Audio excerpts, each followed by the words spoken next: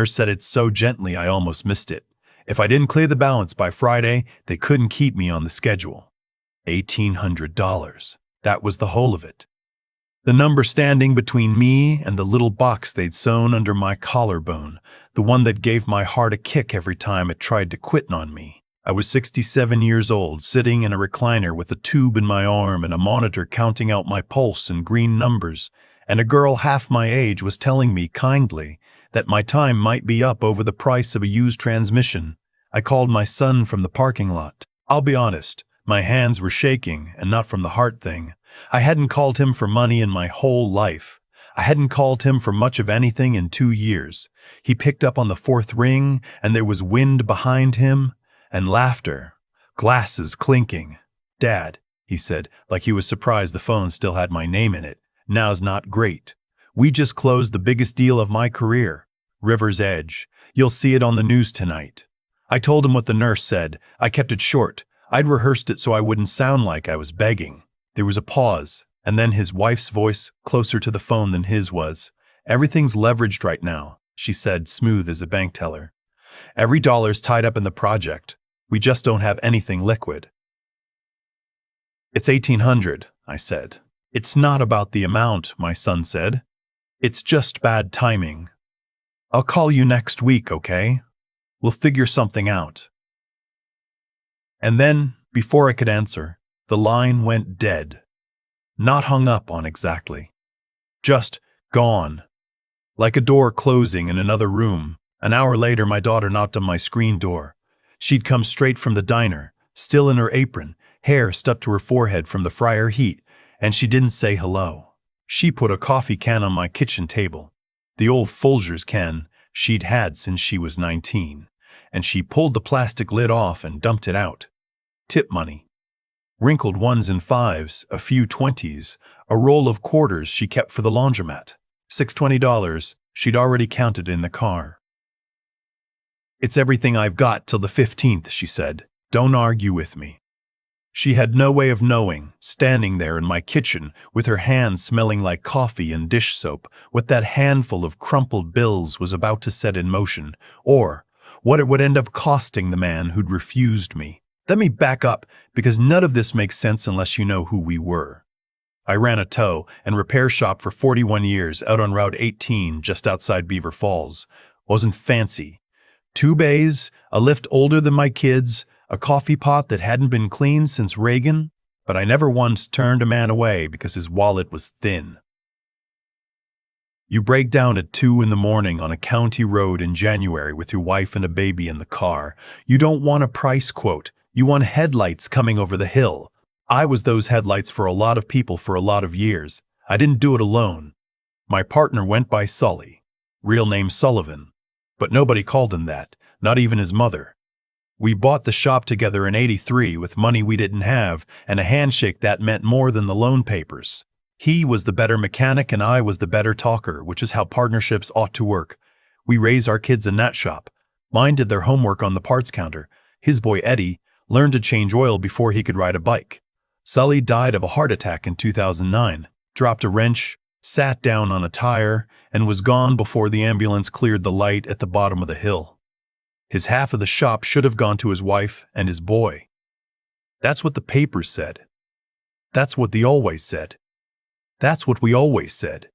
Here's the part that still turns my stomach. By then, my son was already moving up in the world. Slick suits, a real estate license. Then a development company, with our family name on the side of the building. And he came to me, that bad year, when I was half out of my mind with grief, and my own ticker was just starting to skip. He said, "Let me handle the business side, Dad. You shouldn't have to deal with paperwork at a time like this." And God help me, I let him. I signed where he pointed. I trusted my own son with my partner's family the way you trust your own hand. What I didn't understand, what I wouldn't understand for years, was that those papers didn't protect Sully's family. They erased them. My boy folded the shop's value into his company, valued Sully's half at next to nothing on paper, and bought out the widow for the price of a decent pickup truck, told her it was generous. Told her the business was failing, which it wasn't. She didn't have a lawyer.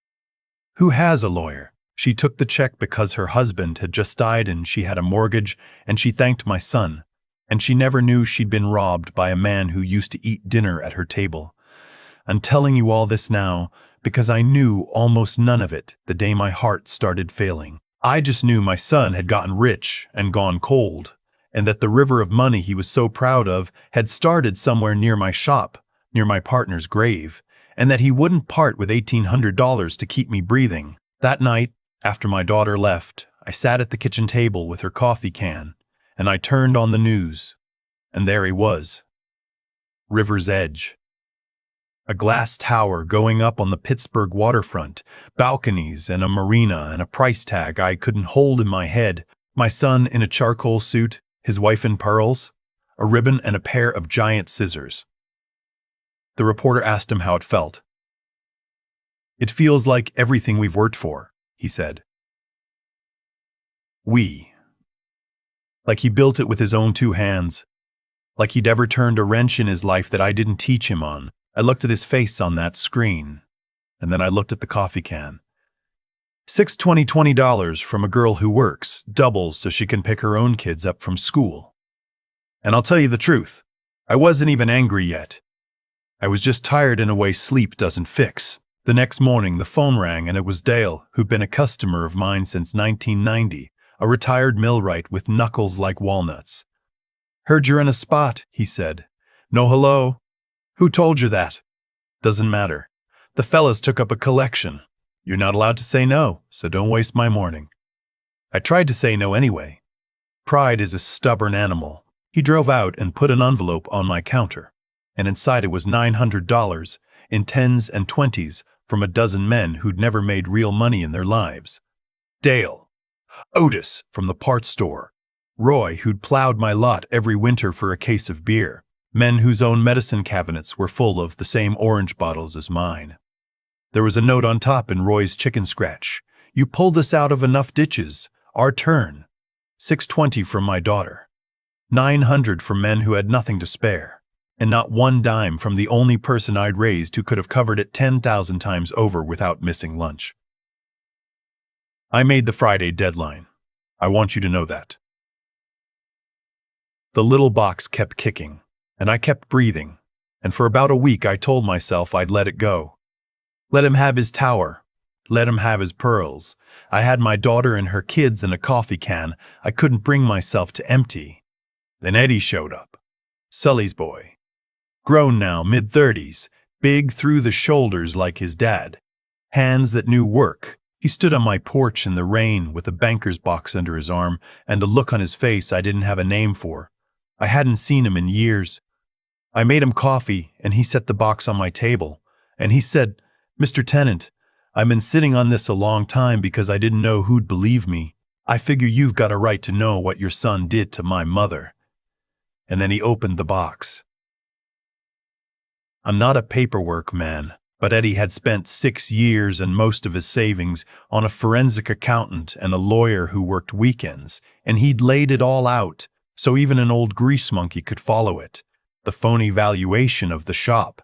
The buyout that wasn't a buyout. It was a stripping. My son's signature on documents I'd never seen, dated days after Sully's funeral. And the thing that made the room tilt. My own signature. Traced and reused, copied from the papers I trusted him with, onto an agreement I never read, never saw, would never have signed. He'd used my name to make it look legal. He'd made me the instrument of robbing my dead partner's widow. "She passed last spring," Eddie said quietly. "Never knew. I didn't have the heart to tell her she'd been cheated. She thought your boy was kind to her. She prayed for him." I sat there a long time. The coffee got cold. Outside, the rain kept on. "What do you want from me?" I finally said. Not unkind. I just needed to hear it.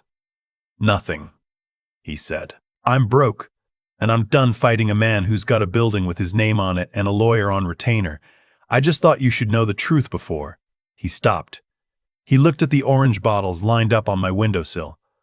"Before whatever happens, happens. My dad would have wanted you to know."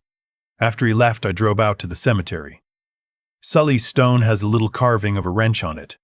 His idea of a joke, made real by a widow who got the last laugh wrong because nobody told her the punchline. I stood there in the wet grass, and I made my partner a promise. I don't know what I expected to feel. I thought I'd feel rage. What I felt was clarity, which is colder and lasts longer. I went to see a lawyer. Not a fancy one. A man named Saul Tibbetts, who'd done my divorce in '88 and never overcharged me. He read Eddie's box twice, slow, and then he took his glasses off and rubbed his eyes. "Your son's empire," he said, "is a house of cards in a stiff breeze. River's Edge is mortgaged to the rafters. He's stretched so thin a single delayed permit could bury him, and the foundation of all of it, legally and morally, runs straight back through your shop, your name, and a fraud against a widow." He tapped the box. "With this and the original partnership agreement, the real one, the one from '83, you don't just have a lawsuit. You have his whole reputation in your pocket. River's Edge has its grand investor reception in 30 days. One word from you to the right reporter, one filing in the right courthouse, and he's not cutting any more ribbons. He's answering questions under oath." I had the original agreement. Sully and I had drawn it up at the kitchen table in 1983, and we'd each kept a copy in a coffee can. That's a true thing. That's where the coffee can came from. My daughter just inherited the habit. Mine was in a fireproof box in my bedroom closet, 40 years old. Our two signatures, witnessed by Sully's wife when she was young and alive and trusting. 30 days, Tibbetts said. After that, the reception, and you lose the moment. What do you want to do? I told him to draw up everything. I told him I wanted my son to understand, all the way down to his shoes, exactly what he'd done and exactly who could take it from him. I didn't say what I'd do with that understanding once he had it. I didn't know yet. Tibbetts looked at me a long moment and said, "Be careful, son." And he was older than me, so he could call me that. "I've watched this kind of thing eat the man holding the knife. You sure your heart can take it?" I laughed, because what else do you do? My heart's the one thing in this that's already on its way out. I shouldn't have joked about it. 4 days later, I was standing at my own kitchen sink, rinsing a coffee cup, thinking about nothing, and the floor came up to meet me. No warning. 1 second, I was on my feet. The next, I was on the linoleum, looking at the underside of my own table, and there was a pressure in my chest like a truck parked on it, and the little box under my collarbone fired and couldn't catch the rhythm. My phone was on the counter, 3 feet up and 100 miles away. I got a hand on a chair leg. I pulled. I got the phone. I hit my daughter's name because hers is the one my thumb knows, and I heard her say, "Dad?" And I think I said the word kitchen, and then there wasn't any more. They told me later my heart stopped in the ambulance. They told me a young paramedic, couldn't have been 30, brought me back with his hands and a machine on the 3rd try when the second one didn't take. They told me my daughter rode the whole way holding my foot because there wasn't room near my head. Just holding my foot through the blanket so I'd know somebody was there. I don't remember any of it. I remember the kitchen floor, and then I remember the ceiling of an ICU, and my daughter asleep in a chair, still in her apron, like she'd been there since the dawn of time. When I came around for real, Dr. Vasquez sat on the edge of the bed and told me the truth the way good doctors do, plain. My heart was worse than we'd thought. This wasn't a one-bill problem. There'd be more procedures, more medication, more Fridays with numbers on them. "You bought yourself some time," she said. "Maybe a good amount if you take care. But I won't lie to you. This is a road now, not a wall." That's the thing the news never tells you about a medical bill. It's never the last one. There's always a next Friday. My son knew that, I think. I think that's why he found it so easy to say no. Why throw good money after a dying man? Better to invest it in glass and pearls. My daughter cried when I woke up, and then she got mad, which is how she loves people. "You don't get to do that," she said. "You don't get to scare me like that and then make jokes." I told her I was sorry. I meant it. But lying in that bed with the monitors singing, something had hardened in me, and it wasn't bitterness exactly. It was a refusal. I would not die owing Sully. I would not let his widow lie in the ground, robbed and prayed over by the man who robbed her. and I would not give my son the comfort of thinking the old fool had simply faded away, grateful for whatever scraps. There was something I had to finish, and I needed 30 days to do it. The doctors gave me 14 in the hospital and sent me home with a list of restrictions I had no intention of fully honoring. Eddie came to visit me there. So did Dale and Roy and Lorna, who owns the diner where my daughter works.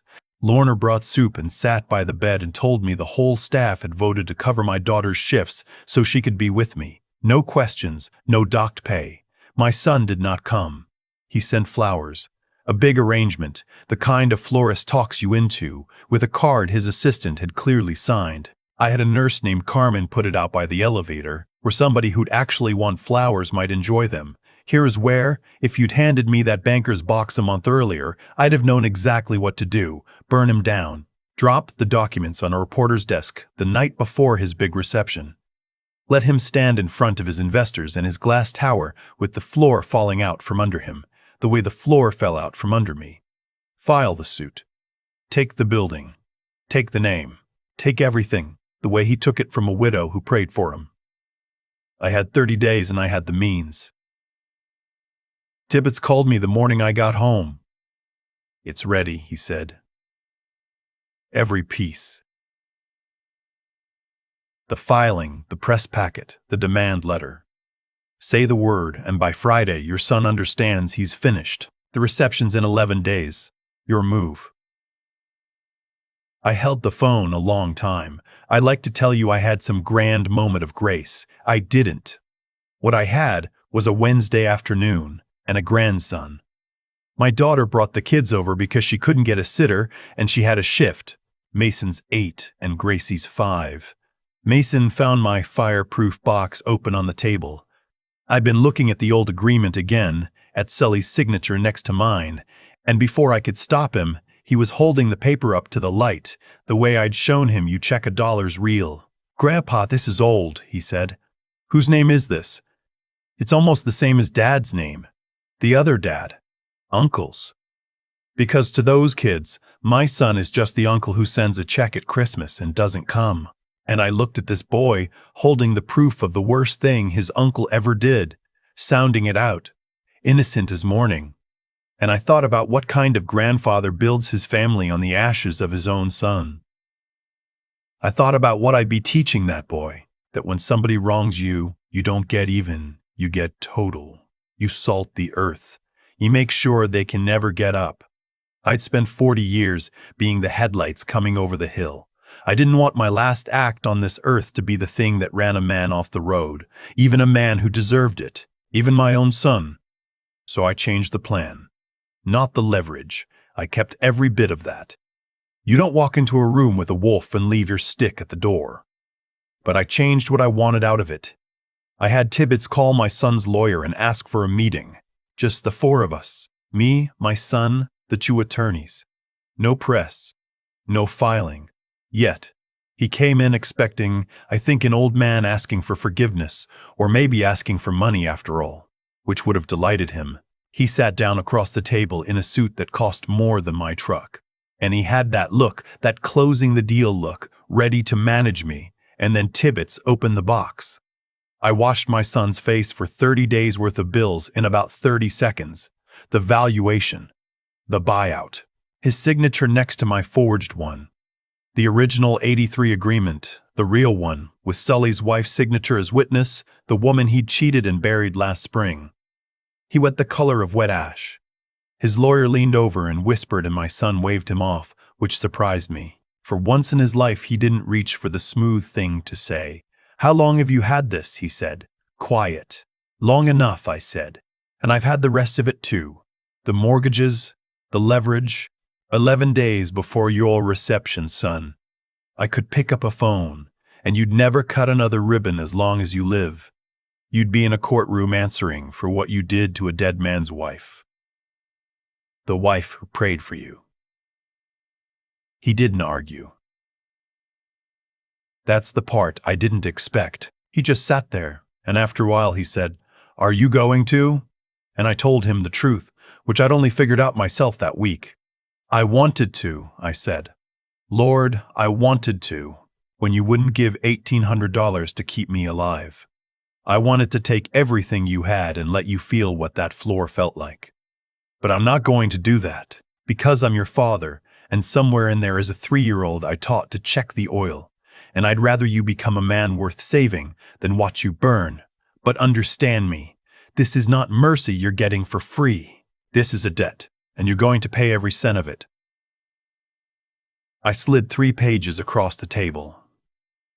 Tibbets had drawn them up exactly the way I asked. The first one gave Eddie back his family's half of the business, valued honestly, with 40 years of interest, paid out of River's Edge before my son saw another dollar of profit. Not a settlement, a restoration. Sully's boy made whole. The second one set up a fund. I'd thought about this a long time, lying in that ICU listening to the monitor. I'd watched the men who came to my rescue. Empty pockets they couldn't afford to empty, because in this country a working man's life can come down to whether the diner takes up a collection in time. I wanted that to never happen to one of them again. The fund would pay the medical bills, the co-pays, the $1,800 Fridays, the ones that aren't the last one, for working families in 3 counties who'd otherwise have to choose. $1 million to start, then $100,000 a year forever out of his company. Named for Sully. The third page was the one that cost him the most, and I knew it when I wrote it. It took our family name off the side of that building. Off the company. Off the tower. He didn't get to borrow my father's name and my partner's blood to sell condominiums anymore. If he wanted a name on a building, he'd have to earn one. Nobody could take back. Sign all 3, I said, and the box goes in a drawer and the world never sees it. Refuse, and I make my calls tonight. I leaned back. My chest hurt, but I kept my face still. Your choice, son. First real one you've had in a long time. He read all 3 pages. He read them twice. His lawyer was practically climbing the walls, but my son told him to be quiet, and then, and this is the thing I'll remember when I'm gone, he started to cry. Not the pretty kind.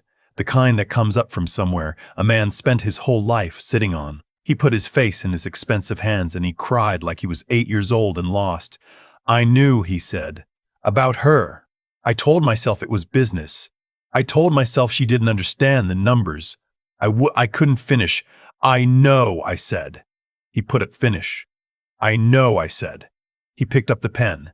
He signed the first page, then the second. He stopped at the third, the one with our name on it, and his hand shook over it, and I watched my son say goodbye to the one thing he thought made him somebody. He signed it. He set the pen down. And then he asked me a question I never thought I'd hear from him. Will you let me drive you to your treatments? I said we'd see. That was a year and some ago. I want to be careful here, because I know how these stories like to wrap up with a bow, and life doesn't do bows. My heart is still failing. That hasn't changed. There've been more Fridays, more numbers, more times the monitor sang a note I didn't like. The fund didn't fix my heart, but it paid every bill that came after. Mine and 100 other people's. Roy had a hip done last fall and didn't lose his house over it. A young mother 3 towns over got her boy's chemo covered. A kid who's running around now because a dead mechanic's name was on a check. Eddie runs the construction side of the company, the honest part, and he and my son don't love each other, but they shake hands every morning. Careful and real, and they build affordable houses now instead of marinas for people who already have boats. My son moved out of the glass tower into a regular house. His wife didn't care for the new arrangement. The divorce papers came through last winter, and he didn't fight her on much. He drives a 4-year-old sedan, and he shows up at my place every Wednesday at 7, and he drives me to my treatments, and he sits in the waiting room reading actual books now, and on the way home we don't always talk, but he's there. He's the headlights coming over the hill. He asked me once, parked in my driveway with the engine ticking, "Why did you give me a chance? After what I did to you?" And I told him the truth. I didn't do it for you. I did it for the man you used to be, and the man you might still get to be, and for a little boy who held that piece of paper up to the light and wanted to know whose name was on it. I told him a name on a building is nothing. A name a man leaves in the people who loved him. That's the only kind that lasts. My daughter still works the diner. though she took the manager job Lorner offered her, better hours, home for her kids at night. She put the coffee can back on my counter, empty now, and she said keep it, in case. I keep it. Sometimes I put a 5 in it just to hear it land. I'm 68 now. The doctors won't promise me a number, and I've stopped asking for one, but I'll tell you what I know. Sitting here at the same kitchen table where I once dumped out a coffee can of a girl's whole paycheck and felt poorer and richer than I've ever been in my life. A man called my son refused $1,800 to keep me breathing. A girl called my daughter handed me everything she had without being asked. A dozen men called nobody special, empty pockets they couldn't afford. And I learned, too late to be proud of it, that family isn't the people who share your blood or your name. It's the ones who show up when the floor comes up to meet you. It's the headlights over the hill. If you got somebody in your life who'd give you the coffee can without being asked, you go tell them tonight. Don't wait for a Friday with a number on it. And if you're the one who said next week to somebody who needed you now, there's still time to become the man who drives them to their treatments.